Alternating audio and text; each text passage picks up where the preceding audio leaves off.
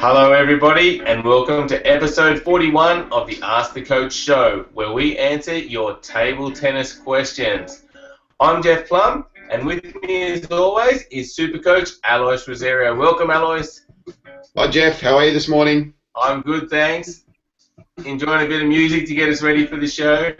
Yes, indeed. Good choice of music, Jeffrey. I love it. And it's going to be a great show.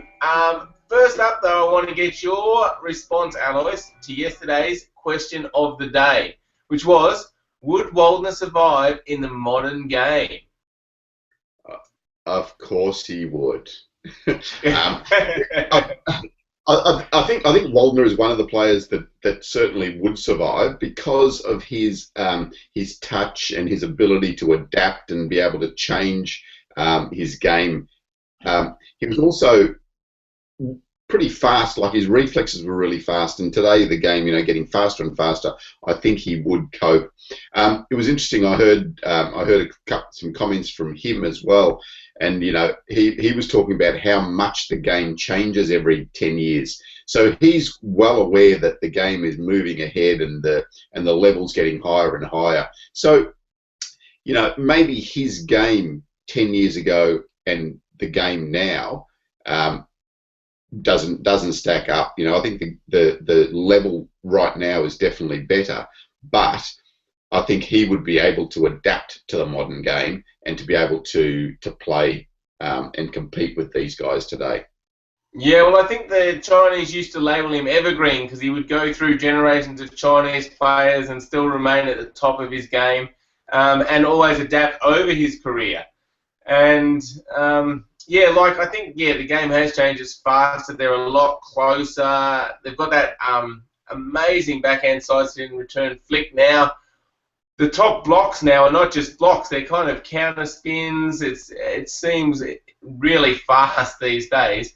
But I think you're right. I think Waldner would have adapted and would have had the skills to adapt. And we had a variety of answers along those lines. There's sort of two different ways you can answer it. His game back then won't stack up, but because he was such a good player, he could adapt. So we got those sorts of different answers. But I'm going to go with yes, he would still be, Alois. So that moves us on to the PingSkills question of today, and it's an interesting one you've chosen, Alois. It's, should table tennis players use a tennis grip? Okay, so have a think about that. Leave your thoughts, and then Alois and I will come back with our answers tomorrow. Yeah, so what by the tennis grip, we're talking about this. So could this work? Yes, no thumb and no finger on the back, just gripping the racket handle. All right, Alois, so Luke has asked us a question, and Luke said, is it better to block at the bounce of the ball or at the peak of the bounce? I find that when I block at the bounce, it gives less reaction time to my opponents, but when I block at the peak, I can control it better against the heavy topspins.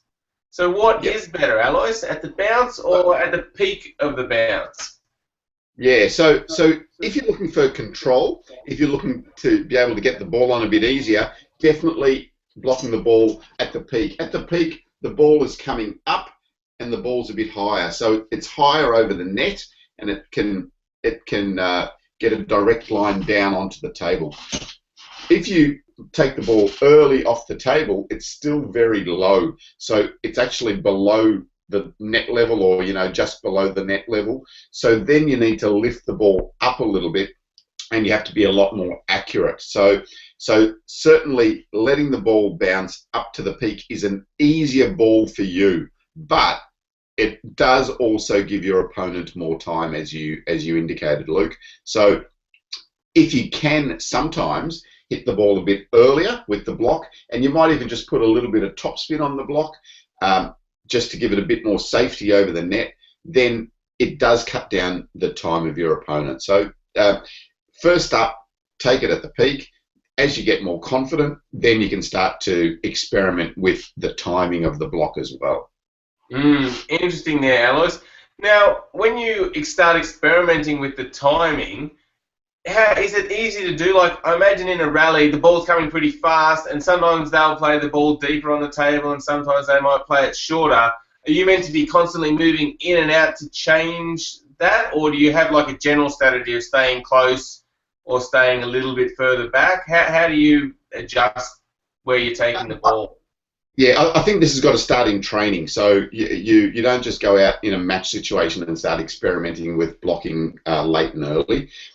So in the training situation, first up, practice blocking at the peak of the bounce, then practice getting in closer and taking the ball earlier off the bounce. So you'd have a fairly consistent feed coming to you. So someone just top spinning the ball fairly consistently, basically to the same spot. So that you can adjust and do that. Then you can start to open it up a little bit, so where they are changing the positioning, sometimes short, sometimes long, and then you can experiment with the earlier and the later. So start in the training situation, and then once you feel confident, then you can start to think about using it in a game situation as well. Okay. And so the way to use it in a game, is it to sort of reach out further if you want to take it earlier, or do you actually step in closer? Ideally, you want to step in. Ideally, you want to keep your bat the same distance from you and just step in closer to the table so you can take the ball earlier. That way you're going to get better control. I mean, sometimes if you just move your arm out, you can do the block as well. But again, ideally, you want to move in with the ball and hit the ball a bit earlier. Okay, excellent. All right, great question, Luke. Hopefully that helps you out. Let us know if it does. All right, the next question, Alois, is from Nicholas. And Nicholas says, how do you know when you need to calm down? Should you call a timeout when you're ahead, when you're behind, or both? Should you call a timeout when you're about to lose a set, or do you wait until the set is finished? Okay, yeah, so a couple of questions there. So firstly, how do you tell when you need to calm down? It's important to start to get in tune with some of the feelings that you get when you are becoming anxious. And over time, you'll start to recognize those things. Some things that might happen, and a common one is in your tummy, you start to get a little bit what they call butterflies in your stomach. Your heart rate will also probably go up, so the heart will start beating a bit faster. You might start getting a bit hotter and clammier, and you start to sweat a bit more with your hands. You'll also might find that your feet stop, so you stop moving as well, and you stop being able to get to the ball so easily. You also mightn't be picking up things. So one indicator for a lot of players is that they might actually just clean miss the ball when it's a relatively simple ball, or when they're serving, clean miss the ball, or start mucking up the timing of their serving. So just try to get in tune with some of those indicators for yourself, and for each person it will be a little bit different. Start to get in touch with some of those indicators and see if you can start to recognize them as early as possible.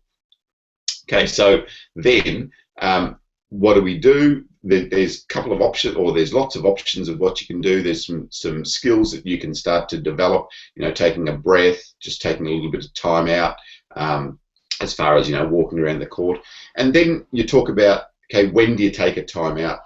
Certainly, if you start to feel that you are getting too anxious, and it's an important situation in the game, that's probably a great time to take a time out, because if you're not functioning properly, then you need to stop, take your minute, and try to calm yourself down. As far as when players take timeouts, it varies a little bit. So it's interesting, the Chinese tend to take a timeout often when the game is very close, and it doesn't matter whether it's the first game or the last game. If the game is close, it's 10-9, and they start to feel like that is the really important point for them, then they will often take a timeout in that situation. Often if it goes past 10-all, and they feel like they can close out the game, they might even be 11-10 up, and they feel like they need to close out the game here, they'll take a timeout. So often the Chinese do that. The other common time I often see with timeouts is when your opponent just needs to win the one more set. So it might be 2-0 to your opponent, or 2-1 to your opponent, and your opponent's up by 2 or 3 points. Often I see players taking a timeout in that situation. It's sort of almost the last desperate attempt to turn things around. So yes, couple of ideas for when you can take a timeout.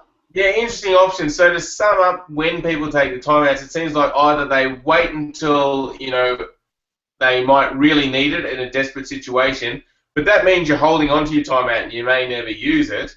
And then the other one is whenever they figure an important point comes along, and there may be many in a match, but you only get one timeout, but it doesn't hurt to use it early, I guess, is their thinking. Yeah, so I mean, yeah, they even use it in the first set. So they might feel like just getting that first set under the belt will make a big difference to the game, and it does. Like if you're 1-0 down compared to 1-0 up, it's a big difference in a match situation. And certainly, if you're 1-0 down or 1-0 up, and it's the second game, going 2-0 up or 2-0 down does make a huge difference as well. If you can go 2-0 up, it's hard for your opponent to come back from there. So really, that they are game-changing or match-changing situations. So that's why I think we see the Chinese utilize that timeout in that situation quite often. Yes. All right, well, great question, Nicholas, and hopefully you got something out of those answers. All right, Aditya has asked Alois, I have been playing table tennis for 18 months and have made it my life and my world. This is my last year in the under-15 category, and I have 12 months remaining to practice. Please advise me how to practice and win. Okay, Aditya.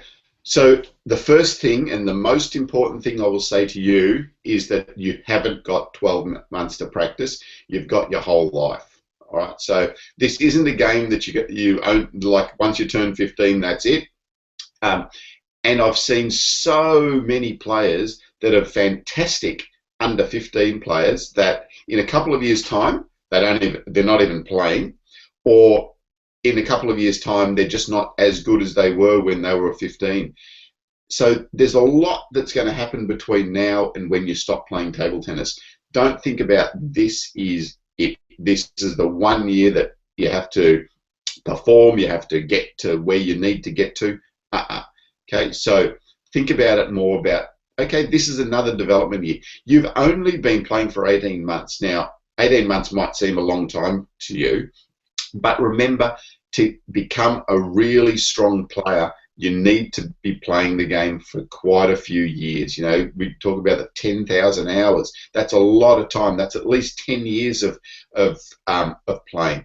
But utilize this year. Work hard during this year, but it's only one more year in your whole career. Okay, and at the end of the year, you will have only been playing for 2.5 years, and really, that's not very long time. You've got plenty of time to improve, and with the attitude that I seem to see you have, with your dedication and with your passion for the game, you will improve and you will get better. But give it time. Yeah, great advice there, Alois. I remember a few years ago I interviewed Richard Lee, who was the New Zealand Open champion, and one of the crucial bits of advice I got from him was that players often give up before they've given themselves enough chance to become a good table tennis player. He's like, they have a little bit of a bad period and then they give up, whereas it's not a linear progression. So success might be just around the corner. You've got to play long enough to give yourself a chance of being the best player you can be. Yeah, they were wise words from the great Ali. Indeed. All right, so hopefully, Aditya, that helps you out. Practice hard this year, but remember, there's a long future, and just take each match as it comes along and each practice session as it comes along, and always work towards a much longer goal. And I'm sure you'll do well this year. Good luck. Keep us updated on your progress. Okay, the next question is from Akash, who says, our TT hall is small and the table is dead, so when we go to play matches in the bigger hall, we can't manage the strokes, and the speed of the ball seems too fast. When we change from a small hall to a big hall, how can we manage this speed and spin? Yeah. So this is a really common thing because a lot of training halls are really small, and when you get to a big tournament, you tend to play in a huge hall, basketball stadiums where they put in lots and lots of tables. So it's something that we need to start to get used to. Give yourself time. That's the biggest thing. Give yourself time to adjust. Don't expect that you'll walk into that competition hall and hit the first ball perfectly.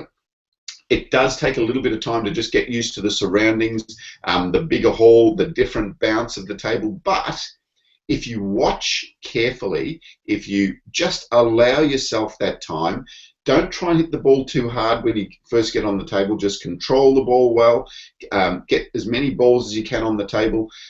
You'll find that you will start to adjust. And don't panic. Don't go out there and play for 30 seconds and think, oh, this is all too different, and the ball's bouncing differently and I can't play. Allow yourself time.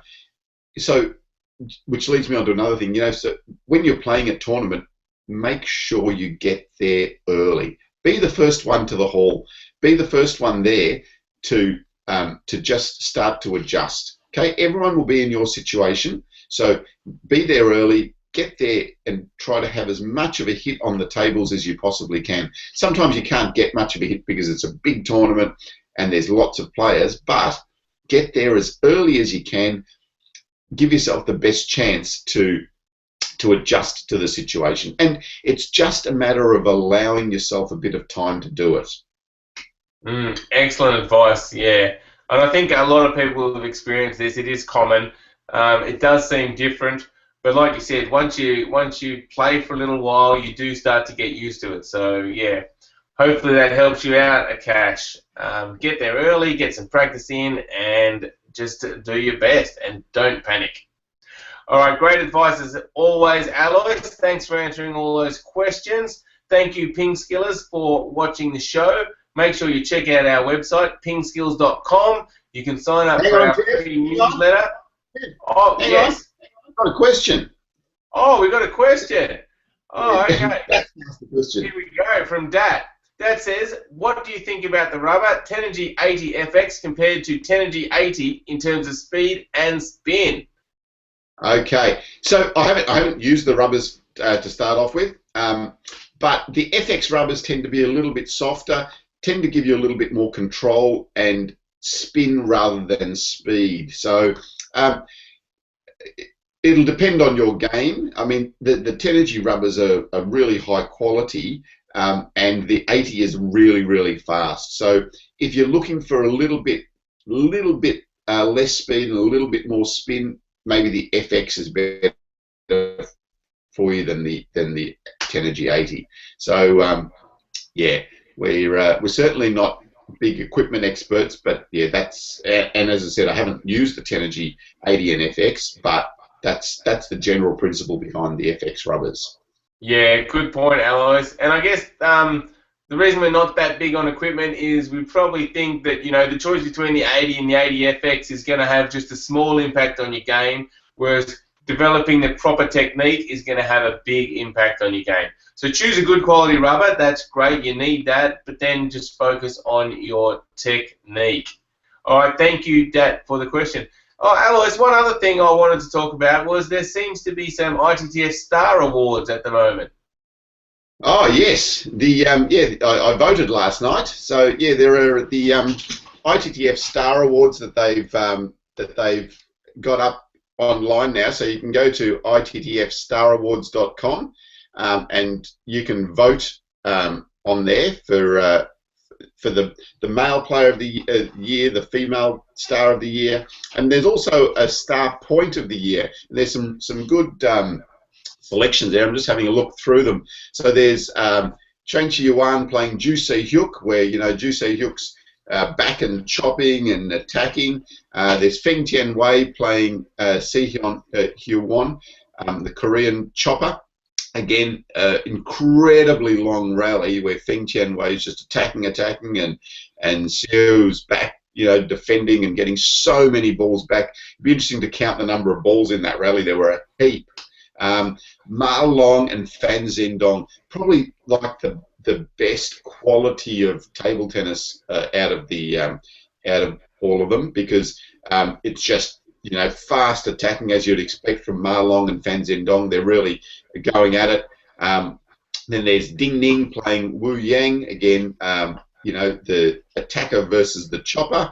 And then there's Kadiri, the Nigerian superstar who had a big hit during the Men's World Cup, playing Zhang Zique, and there's 1 point there where it looks like Zhang Zique's just won the point, and Kadiri scrambles it back somehow and stays in the point. So, yeah, some really, really great table tennis points to vote on. Get to the ITTFstarawards.com and put in your vote and see if your male athlete, female athlete, or your star point of 2014 gets up as the winner. There are also awards for the para-athletes of the year as well, but they don't seem to have the voting up there at this stage. But yeah, there are also the para-athlete awards that will be announced in Dubai. Excellent summary there, Alois. Yeah, those points are amazing. Make sure you check them out, put your vote in. And yeah, as I was saying, get to PingSkills.com, sign up for our free newsletter, and if you're really keen, sign up for our premium membership to help you improve your game. That wraps up the show. Thanks everyone for watching, and we will see you again tomorrow. Thank you, Alois. Thanks, Jeff.